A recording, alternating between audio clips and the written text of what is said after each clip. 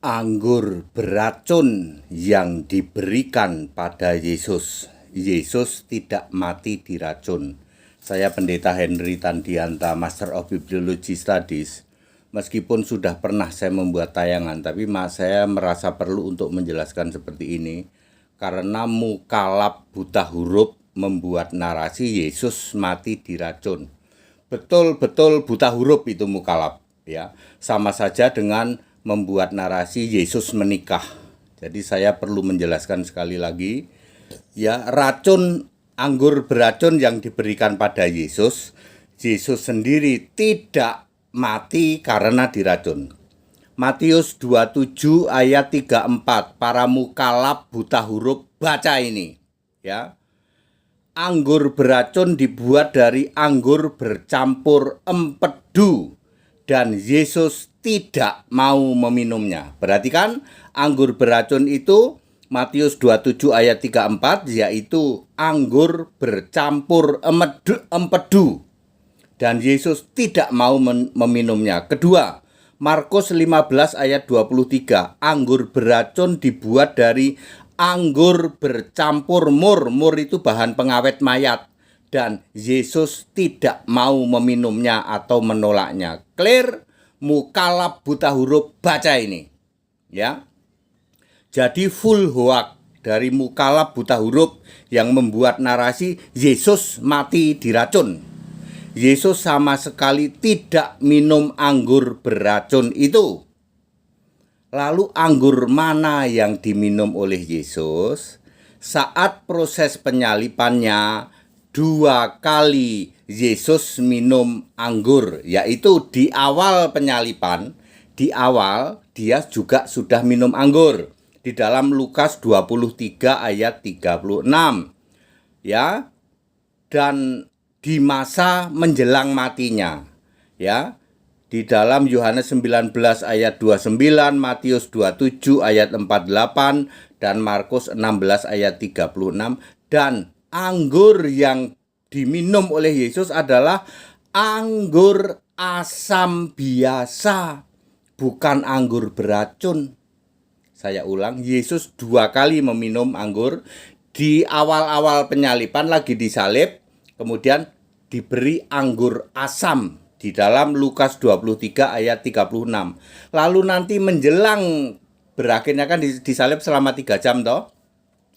Di dalam Yohanes 19:29, Matius 27:48, Markus 16:36, Yesus meminum anggur kembali, ya, minum yang kedua kali anggur asam biasa.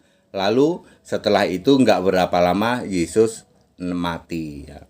Mukalab buta huruf tidak tahu malu, cuman kowar-kowar nyebar bau mulut, membuat narasi Yesus mati diracun.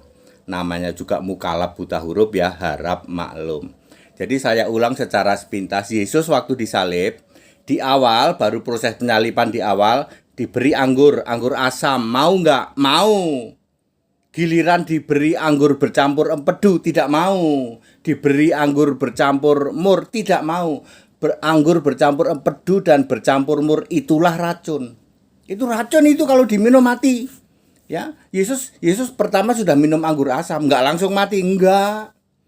Ya, lalu nanti yang terakhir menjelang matinya minum lagi anggur asam, ya, lalu mati, ya. Jadi clear, Yesus mati diracun apa enggak? Enggak. Itu pikiran tumpul mukalab buta huruf itu, ya. Oke, jadi valid, Yesus tidak mati diracun. Yesus mati disalib, dipantek, dipaku, ya, pada kedua kakinya, terus nembus ke tumit, makanya meremukkan tumitnya, ya. Terus sebelumnya kan dicambukin, diludahin, digebukin, itu bahasa medsos nggak apa-apa. Yesus nyatanya digebukin nggak? Digebukin, ya, dicambuk, gitu. Dicambukin pakai yang apa itu? Mata cambuknya itu ada yang itu, ya, sehingga terkelupas kulitnya. Jadi clear, Yesus tidak mati diracun, tidak. Jadi mukalab buta huruf tidak bisa baca yang membuat narasi Yesus mati diracun. Buta huruf kamu. Sama saja dengan mukalab buta huruf yang membuat narasi Yesus punya anak ya. Ya, Yesus juga punya anak itu katanya ya. Kolose sebentar ya. Kolose Kolose 4 ayat 11. Ya. Kolose 4 ayat 11 ada Yesus Justus. Lalu Yesus Justus ini dikira anaknya Yesus. Yesus Justus di dalam Kolose 4 ayat 11 adalah teman sekerja Paulus. Usianya sama dengan Paulus, kurang lebih sama. Selisih Paulus dengan Yesus itu 6 tahun. Mosok Yesus dengan Paulus yang selisih 6 tahun, Yesus punya anak segede Paulus. Mikir, mukalab, buta huruf ya. Kolose 4 ayat 11 jelas ditulis di situ Justus itu adalah teman sekerja Paulus. Waktu Yesus mati disalib lalu bangkit umurnya 33 tahun ya. Lalu Paulus tobat di detik-detik terakhir Yesus menampakkan diri 1 Korintus 15 ayat 8. Paulus berkata, "Aku seperti bayi yang belum saatnya lahir, bayi prematur." Kenapa? Karena umurnya baru 27.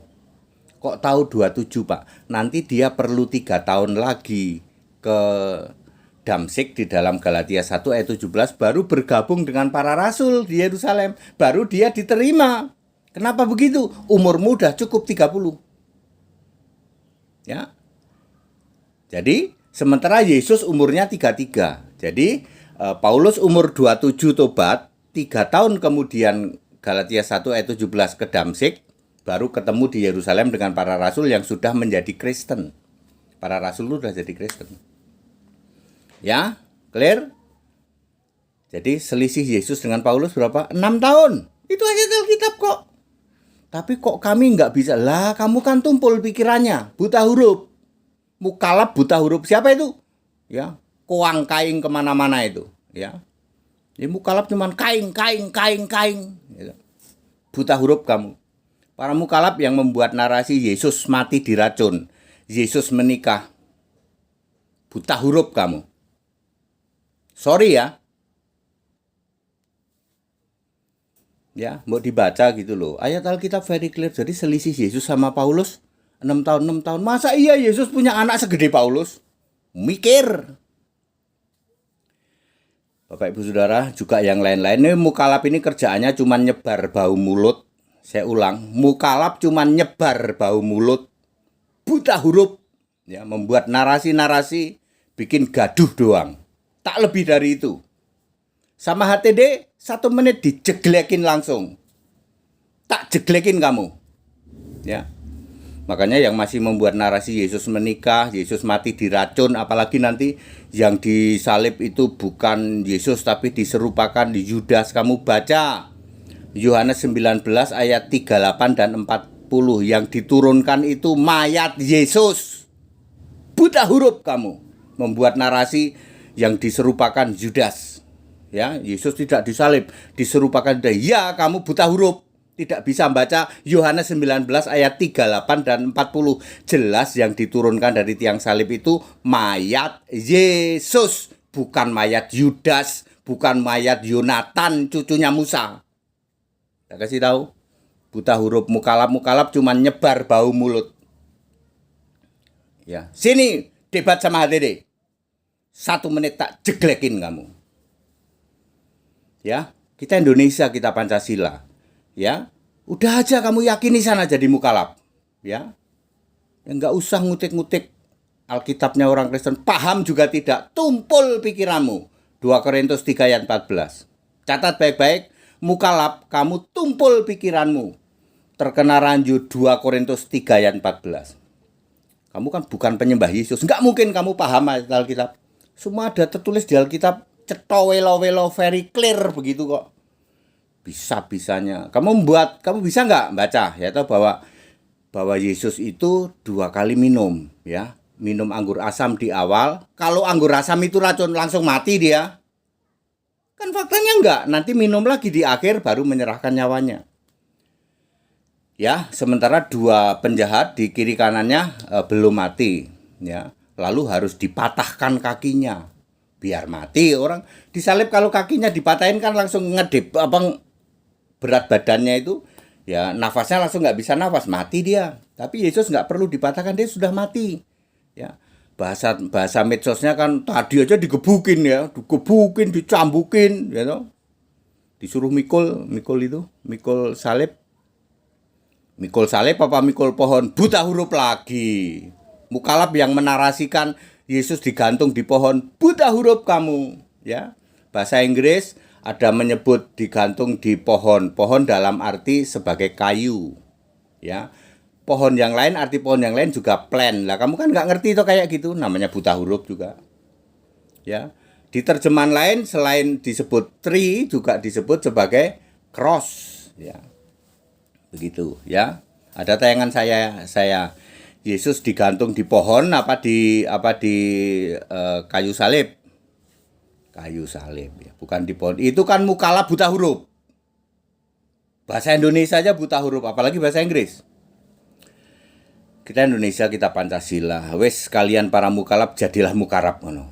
Ya, nanti sama HTD tak jeglekin 1 menit setiap pertanyaanmu ya. Enggak usah buat narasi gaduh. Kamu enggak akan paham Alkitab. Enggak akan pernah paham Alkitab. Ya. Karena kamu terkena ranjau, pikiranmu tumpul. 2 Korintus 3 ayat 14. Ya. Mukalab-mukalab yang buat narasi menyebar bau mulut ya cuman itu doang, gitu. Ya. Topi miring udah mulai keluar ya toh. Yonatan cucunya Nabi Musa juga sudah mulai celingusan ya. Udah diskakmat terus itu ya. Keluar di luar sana sama HTD 1 menit diem dia.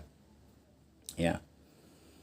Ya saudara-saudara, kita Indonesia, kita Pancasila ya. Contohlah orang Kristen. Kalian tanya oleh Kristen dijawab, kamu nggak usah bernarasi. Ya. Memang Kristen pernah nanya ke sana Pak, ke para mukalab? No. Kami nggak pernah nanya ke sana. Ya sebagai orang yang sudah paham Alkitab nggak usah nanya. Sekali tanya dia jungkir balik kok. Suatu saat saya pernah nanya, siapa nama Allahmu? Bingung dia. Aku jawab, ya sudah lah Pak ya, aku nanya siapa nama. Anda jawab dengan sekian puluh gelar. Aku nggak nanya gelar, siapa nama. Nggak bisa jawab. Nah, makanya saya nggak pernah mau nanya. Tanya satu aja, seumur-umur nggak bisa jawab kok, siapa nama Allahmu. Bisa jawab kalian? Kalau nama nggak bisa Pak, tapi begini begitu. Ya wes, muter-muter itu sama dengan Tritunggal. Tritunggal juga begitu, ditanya siapa nama Allahmu, muter-muter. Mata kuliah nomor 14 Tritunggal itu muter-muter. Nomor 13-nya hujat caci maki. Ngerti? Sama mukalab juga pakai mata kuliah nomor 13 sama 14. Kalau nggak hujat caci maki, muter-muter. Lah cuman ditanya paling simpel, siapa nama Allahmu? Gak bisa jawab, ya wes, yakini aja Allahmu. Meskipun Allahmu gak punya nama, yakini aja. Ya, Bapak itu juga gak punya nama. Ya, Allahmu siapa namanya? Bapa, Anak, Roh Kudus. Lah namanya siapa? Gak bisa jawab Pak. Mau jawab Yesus, dikek balik sama HTD lah. Iya dong. Ya, clear ya. Jadi kita Indonesia, kita Pancasila, gak usah lah membuat narasi yang gaduh doang. Tanya sama HTD. Tanya aja sama HTD, ya. 1 menit semua, habis cuma 1 menit sih Pak, nggak seru. Ya. Bukan soal seru nggak seru ya.